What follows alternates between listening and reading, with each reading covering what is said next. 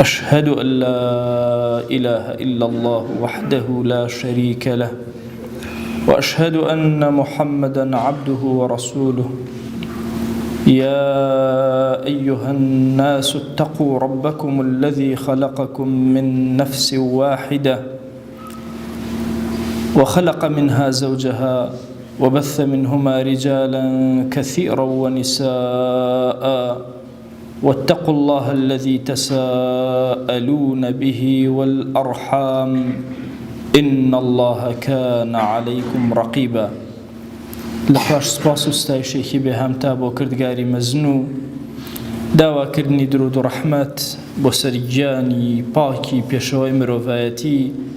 محەممەد صلی الله تعالى عليه وسلم. یەکێک لەو شتانەی کە کەسی ئیماندار زۆر حەز ئەکا بزانێ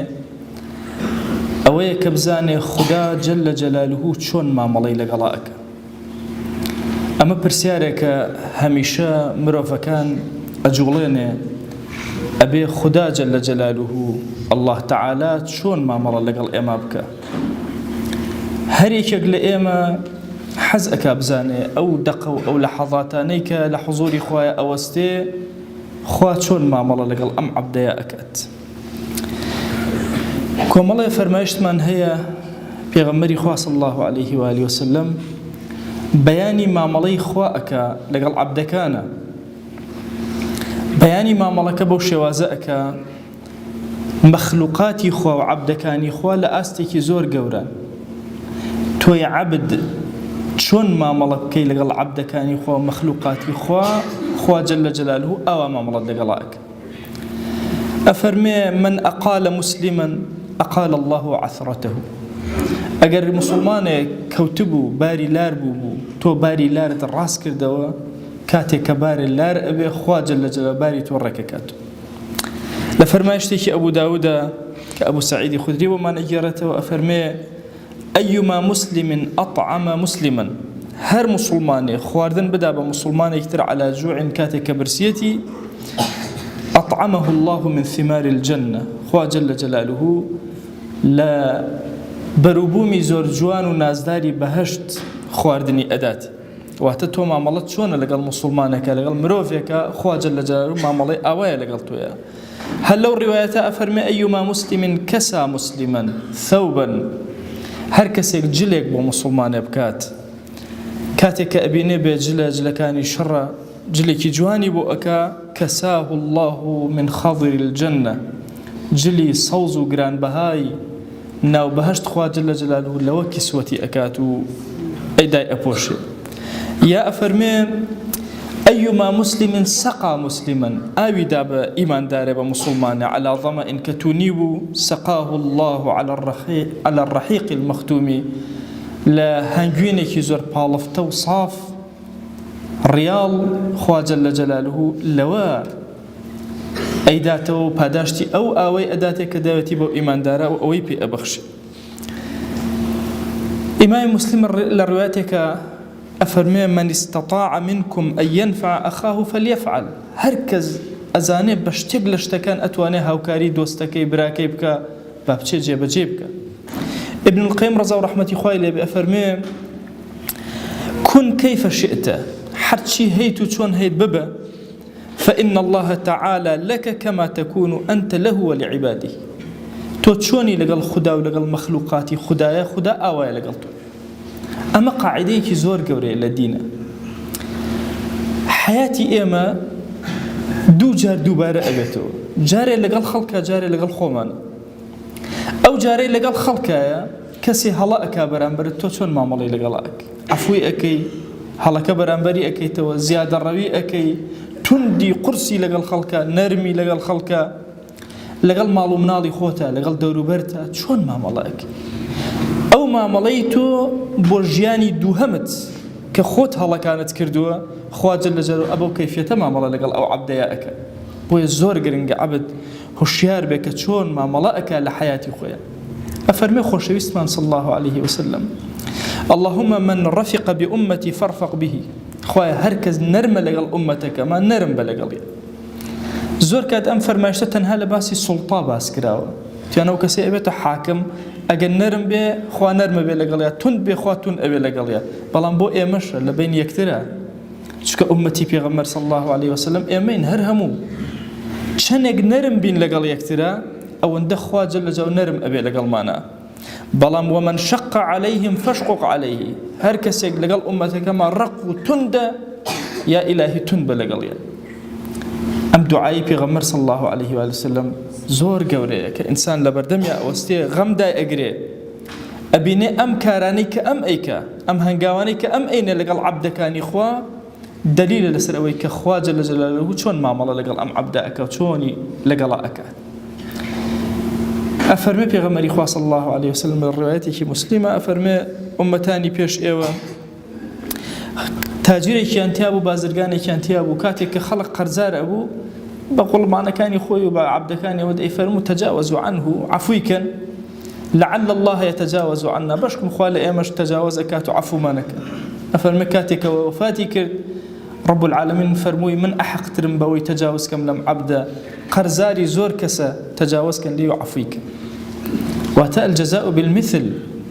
توتشوني لقال عبد كان إخوة معاملت للسر وآوى معاملت لقال أكر أما لتشاك كان واي لخراب كان شاء لفرمايشتك أفرمي لمسلمة إن الله يعذب الذين يعذبون الناس في الدنيا أو كسي اللي رأبت معي عذاب وخلقي ئیتر عذابی دەرونیان ئەدا خراپەکاری بە چ شێوازێ ئەکا ئیلا خوا جەل جەلالوهو بە هەمان شێواز ئەبە و کەیفێتە مامەڵەی لەگەڵا ئەکا کە لێرە کردوێتی لێرە عذابی خەڵکی داوە عذاب ئەدرێتەوە خەڵکی ناڕەحەت کراوە ناڕەحەت ئەکرێتەوە کەوابوو ئەگەر ئەتەوێ بزانی تۆ لە چه ئاستێکای و مامەڵەی خوددا جەل جەلالوهو چۆنە لەگەڵ تۆیە سەیری مامەڵەی خۆت کە لەگەڵ دەوروبەردا لەگەڵ عەبدەکانی خوایە تەنانەت لەگەڵ ئاژەڵەکانە چۆن مامەڵەئەکەی هەموو ئەزانین کە بیستومانە ئافرەتێکی بەغایە لە زانیەکانی بەنو ئیسرائیل کەمێک ئاویدا بە سەگێک خوا عەفوی کرد خوا سیقایەتی کردەوە و ئاویدایە لە کەوثەر و لە بەهەشت بۆیە ئێمە ئومەتی پێغەمبەر صلی الله عليه وسلم چاومان زۆر ڕوونە تەنانەت ئەزانین خودای ئێمە کە ئەیپەرستین چۆن مامەڵەمان لەگەڵا ئەکا لە چه ئاستێکە رحمتي خوال ابن القيم بأفرمي دي آقاتان ليبي أفرمي هر كسيك لقل عبدكاني خوايا أقر نرم بي خوا نرم أبي لقل عفويان كا خوا عفوي أكا سوديان بي بقيني من نفعهم نفعه سود بعبدكان بقيني خوا سودي بي أقيني من رحمهم رحمه رحم بعبدكان كا خوا رحمي بي أكا من أحسن إليهم أحسن الله إليه هر كسيك چاکەکاری لەگەڵ عەبدەکانی خوا بکە خوا چاکەکاری لەگەڵا ئەکاتەوە ومن سترهم ستره دایان بشارێ عیبەکانیان بشارێتەوە خوا ئیشارێتەوە من منعهم خيره منعه خيره هەر کەسێک بێ خەیری خۆی بگرێتەوە لە خەڵک و چروکی بکە لەگەڵیانە خوا جەل جەلاوهو خەیری لێ ئەگرێتەوە من مكر مكر الله به هەر کەس فێڵ لە خەڵکی بکە خوا جەل جەلاوهو ئەمە لە بابی مماثەلایە خوا جەل جەلاوهو ئەی خاتە ناو فێڵەکانەوە وای لێ ئەکات لە فێڵێ دەجاتی بێکەوێتە ناو فێڵێکترە و قوتاری نییە من عامل خلقه بصفة عامله الله به هر كسي بصفته لصفاته كان ما ملا لقال خلقك خوا بو شوازه ما ملا لقلاك بلام اگاتن ليبه اويك خوا ما ملاك لدنيا شوا ما ملا لقلاك لاخرتش بو ابن القيم افرمي اقال ليبه فالله سبحانه لعبده على حسب ما يكون العبد لخالقه باشا شلون ام عبد لقال خالقيا شلون لقال خلقيا شلون خوا جل جلاله ابو شوازه ما ملي لقلاك لقال خداي خويا شلون اجي لقال خلقات شلون اجي همو فلسفه اسلام كوكيتو ام دوشتي تو شلون لقال خويا اجي وطاعتك شلون لقال عبدكاني خويا اجي دي خوا جل جلاله فضلي شد اداته زياده اداته للدنيا شا همان ما مرض لقلاك للاخره شا همان ما مرض لقلاك بپی دقی فرمایشتەکانی پێغەمبەر صلی الله عليه وسلم کە ابن القیم ڕوونی کردوتەوە بۆیە عەزیزانم زۆر گرنگە ئێمە بزانین چۆن مامەڵە لەگەڵ یەکترا ئەکەین دڵپچووک نەبین دڵبەرز نەبین لە ئاستی یەکترا وا تەسەوور نەکەی تۆ خۆت چاک و خەڵک خراپ ئەگەر ئەم تەسەوورەت هەبوو خودی ئەم تەسەوورە وهال لێ ئەکا کە تۆ خراپ و ئەوان چاک معادلەکان عەکسە بنەوە لێرە خراپە لەگەڵ خەڵکە ئەەکەی دڵنیا بە ئەو خراپە سەرتەوە ناڕوا لە دنیادا هەمان خراپەیەتەوە لە ئاخرەتە بە هەمان چەشن لێرە لە مامەڵا قورسی بڕواکەن کەسی وە هەیە طەبیعەتێکی قورس بێزار کرد لەگەڵ ماڵ و مناڵە لەگەڵ دراوسەیە لەگەڵ خزم و کەسە دەور و بەرە یعنی جوانی و جەماڵێکی ڕفقی ئیسلامی تیا نابینی بە تەماشا ڕەب العالەمین لە فیردەوسی ئەعلا داینە بە هەمان شێوازی توندی تۆ مامەڵە لەگەڵا ئەکرێ عەرەب قسەیەکیان هەیە ئەڵێن من يصعب الله عليه ئەو کەسەی توندە و سەعبە لەگەڵ خەڵکە خواش لەگەڵ ئەوە توندی ئەهێنێتە ڕێ بۆیە ئەبێ زۆر ئاگامان لێبێ لە صفاتی باش و خراپە لە خراپەکان دوورکەوینەوە لەگەڵ مامەڵە لەگەڵ مەخلوقاتی خۆیە چاکەکان پەخشکەین لەسەر زەویە لعل ئەکەوینە ژێر ڕەحمەتی ڕەب العالەمین خوای گیان لێت ئەپاڕێنەوە لێت ئەلاڵێنەوە لەسەر جەم گوناهەکانمان ببورە دەرگاکانی خێر بەسەرمانە بکەرەوە یا ئەکرەم الئەکرەمین خوای داوات لێ ئەکەین بە بەزەیی خۆت بە ڕەحمەتی خۆت بە کەڕەمی خۆت مامەڵەمان لەگەڵاکە یا ڕەب العالەمین خوای ئێمە عەبدانێکی نەشارەزا تێنەگەیشتی و ناحاڵی لە دینەکەت یا ئیلاهی مامەڵەمان هەڵە بووە لەگەڵ یەکترا إلهي هانئ فقير وزليلي برزكين ولمن خوش بيا رب العالمين فيرمان كتشون ما مر لقل يختراكين يا أكرم الأكرمين ما در دسي خو من خدني وتشوان من بقربو خير وصلاح وهداية يا أكرم الأكرمين خوايجان أم عبدان الريان كروت أم ماليتو أمانة دليان تنهاتوي يا إلهي أمانة دسي زليلي دعاء برزنا كانوا بس بوتو نبي ركوعنا بن لحضوري توي نبي سجدنا بن وسرنا أخنا سرزبي يا إلهي تنها لبارقائتو يا نبي دا يا إلهي دعاء كان ينجرابك ادعوا الله وأنتم موقنون بالإجابة. الحمد لله رب العالمين والصلاة والسلام على خير خلق الله محمد وعلى آله وأصحابه الكرام وتابعيهم بإحسان إلى يوم الدين. أوصيكم عباد الله ونفسي قبلكم بتقوى الله وكثرة مخافته فإن التقوى شعار المؤمنين ودثار المتقين ووصية الله تبارك وتعالى في وفيكم وفي الخلق أجمعين. وشوي سكام يوجد صحابة كأما خزمته بيغمري صلى الله عليه وسلم وشويس فرماواش بيعت الشنا ورجال فرماواش بيعت مدبنا سرو آني الراز بيشني خوايو آمادج بي راز قيانا وني المجي بناو إسلامي أيج بيعت جداب بيغمري صلى الله عليه وسلم وشويس فرماواش إن تصدق الله يصدق الله أجر تو الراز واتي شني خواي جل جلاله خواي شني تو الراز فرماوا لوا جنگي وانا بجدارش کرد و شهيد بي پیغمبر خواه صلى الله عليه وآله وسلم فرماواش صدقه الله فصدقه صدق الله فصدقه اي كسر راسج واتشني خواه راسج كرتشني اي انا فلو برزو شهادتيش بقسمت بي حتى فرماوشتي وانا فرماوا اگر يو داو شهادتيش کرد فربا صادقي و رازگویانه سرو یاگە کێشە مرۆ هەر بە شەهید قوبوڵ کردو چونکە خوا تەماشۆ سدقی کرد تەماشۆ ڕاستێتی دڵی کردو چەند ئی کەسە ڕاز ماچۆ چەنی خوای جل جلاله مامەڵە و تۆ چەنی خوای چەنینە خوا مامەڵە چەنی تۆ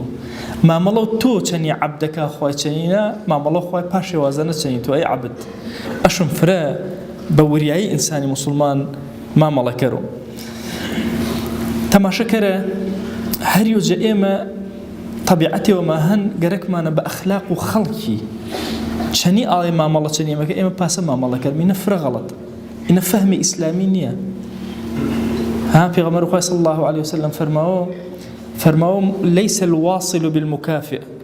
أكسيك ملو سر وخلقي مونور وأنا آيش خلق سرج باوانا فرماو أكسا صلو رحمي جيبر جنة كردن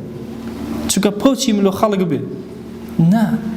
إنساني مسلمان بصفته وجه ما مالك روتشني خلقي نك بصفته خلقي ما مالك روتشني خلقي إما قد ما إسا باشي وازما فلان كز والله طبيعة الشان خرابة إماش خرابة بمتشنيج نخير إسلامي نشن نواتا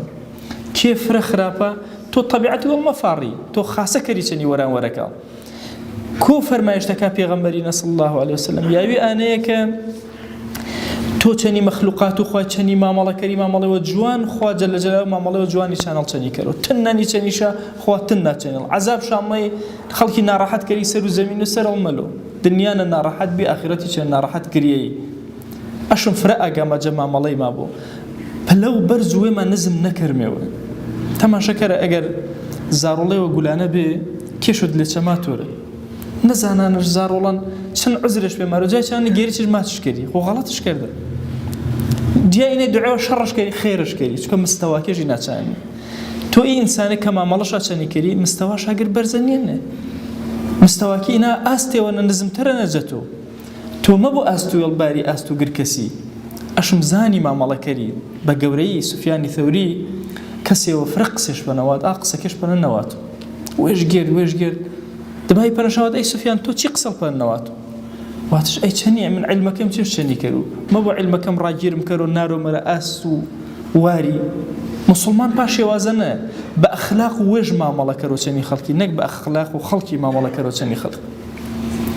هەر کاتێ مەژک تەرە ئاما فڵان کەس ئاچێوەشە خراپ کردە منیش پاسە کەرو ئاباسە ئانە صیفەتی ئیسلامی نییە ئومەت و پێغەمبەری صلی الله علیه وسلم پاش شێوازە نییە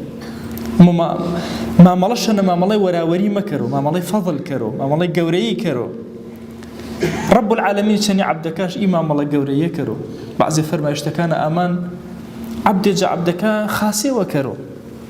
خاسێوە گولانە کەرۆ خوا جەل جەلاوە چەند قات پاداشتی خاسێشەمەوە حەسەنێوە کەرۆ حەوسەت و زیاتر پاداشتژمەوە ئی میزانە ئیلاهیە ئەشم بێ دلێ خەڵکی و نزم بەوە پێ ئاست و خەڵکی پێ ئاست و ئیماندارە یۆجە گرفتەکە عالەمی ئیسلامی ئارۆنە دائیمە گەنج و شەباب و ئێمە وێرژی ناچێنەکە خەڵکە خراپەکە چەنی مامەڵەکەرە ئەیس پاسە خراپە مامەڵەشا چەنی کەرەوە حتا ئەگەر کەسێ زوڵمش وە نەکردی نەمە تۆ ویر کەریەوە چەنی زوڵمش کەریەوەنە نا مەی ویر کەرەوە چەنی ئانەی هیدایەتش دەی چەنی باریش پێی ئیسلامی ویر کەرەوە سەحابەی پێغەمبەری صلی الله علیه وسلم ئی گرد و عەزیەت و عوقوبەیە دەریێنێ جایچان ئاکەسێ عوقوبەکەشدان ئیمانش ئاردن چەنی مامەڵە شەنی کردن چەنی هەڵ بەقین و بەڕقەبەرایەت نا ئی مامەڵە جوانە کە ئیسلامی ئێمەش فێر کردنمێ ئەشم ئەچی ئاستە بەرزەنە بازمێشۆ مەبۆ نزمش کەرمێوە هەرچ عادەتێ وەڵجی دی چا عادەتا کە خلاف و شریعەتی بی دڵنیا بە کافری هەرمان ئەشاکردن هەرمان شاکەن تا ئەردەم شاد لێ ئێمە کە توش دلێوێتەنە بەرش کێشی فڕەژمەی دڵنیا بە دەست و کافرا بڕی ژە ئومەت و پێغەمبەری صلی الله علیه وسلم خوای گیان داواوە نەکەرمێ ئەخلاقی ما بەرز کەرە یا رب العالمین گەورەی ما کەرە لاوێتۆ یا ئەکرەم الئەکرەمین ئیلاهی داواوە نەکەرمێ بە گەورەی وێڵ بە ڕەحمەتی وێڵ بە بەزەی وەڵ چەنی ماجمەوە یا رب العالمین خوایە هەرچ هەڵەو کەم و کوڕیەوەما هەن تۆ چەنە ماوەش بە یا ئەکرەم الئەکرەمین وأوصيكم أيضا بالصلاة والسلام على رسول الله صلى الله تعالى عليه وسلم حيث أمرنا الله تبارك وتعالى في محكم تنزيله قائلا إن الله وملائكته يصلون على النبي يا أيها الذين آمنوا صلوا عليه وسلموا تسليما اللهم صل على سيدنا محمد وعلى آل سيدنا محمد وبارك على سيدنا محمد وعلى آل سيدنا محمد كما صليت وباركت على إبراهيم وعلى آل إبراهيم إنك حميد مجيد اللهم اغفر للمؤمنين والمؤمنات وللمسلمين والمسلمات ولمن أنشأ هذا المكان اللهم أعز الإسلام والمسلمين وأهلك الكفرة والملحدين اللهم انصر من نصر الدين واخذل يا رب من خذل الإسلام والمسلمين اللهم آت نفوسنا تقواها فزكها أنت خير من زكاها أنت وليها ومولاها آمين آمين والحمد لله رب العالمين أقم الصلاة يرحمك الله